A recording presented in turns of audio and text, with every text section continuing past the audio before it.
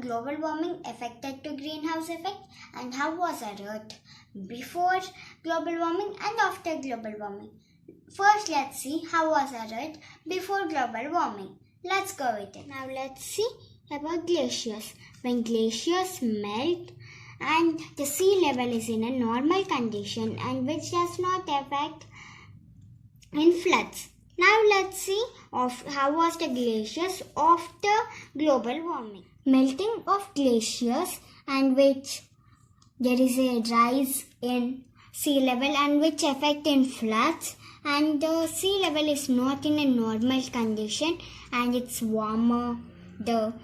Because of the heat, the sea or ocean becomes warmer, and because of us throwing all the dust or plastic material, and there is a damaged sea. And now let's go with the houses before global warming and after global warming. Lifestyle. The homes in the olden days was simple and does not generate heat and which does not causes air pollution. Now let's see how was the buildings or houses after global warming.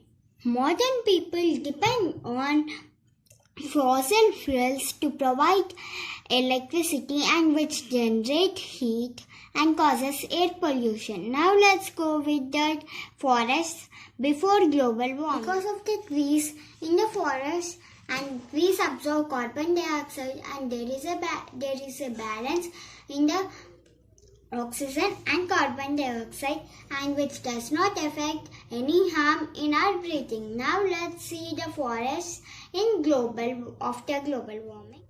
Now let's see, because of the deforestation and lack of trees, there is carbon dioxide and oxygen is not balanced and which affect in breathing. Because of the increase in carbon dioxide, it affects in our breathing or respiration. Now let's go with the transportation before global warming. There is no use of fuel in means of transportation and which does not pollute the air. Now let's see the transportation in global warming. And because of the use of fuels in vehicles, there is an increase in air pollution by the smoke because of the increase in air pollution and heat, and there is a formation of nuclear exponents that also releases a large amount of greenhouse gases like carbon dioxide and nitrogen, and which affect in respiration. Now let's go with the forest. Burning of fossil fuels release large amount of greenhouse gases and which affect in the heat and air pollution. Now let's see the cattle also emits from cattle digestion tract, which also there is a problem in animals in the digestion system and which even affects animals. Now let's go with the wildfires are the fires which are generated from the forest, the burning of forest, and which also causes more burns and there is a lack of water. And now let's go with the volcanic eruption. Because of the heat generated by us, that affects the and which affect in the volcanic eruption. Now let's go with the how is global warming affected to greenhouse effect. First let's go with the image. First let's go with the human enhanced greenhouse effect. When the solar radiation fall on the earth, because of the decrease in atmosphere, there is the solar radiation is directly falling on the earth. The re-radiated heat is escaped in a less quantity. Less heat is escaped into the space and more heat is absorbed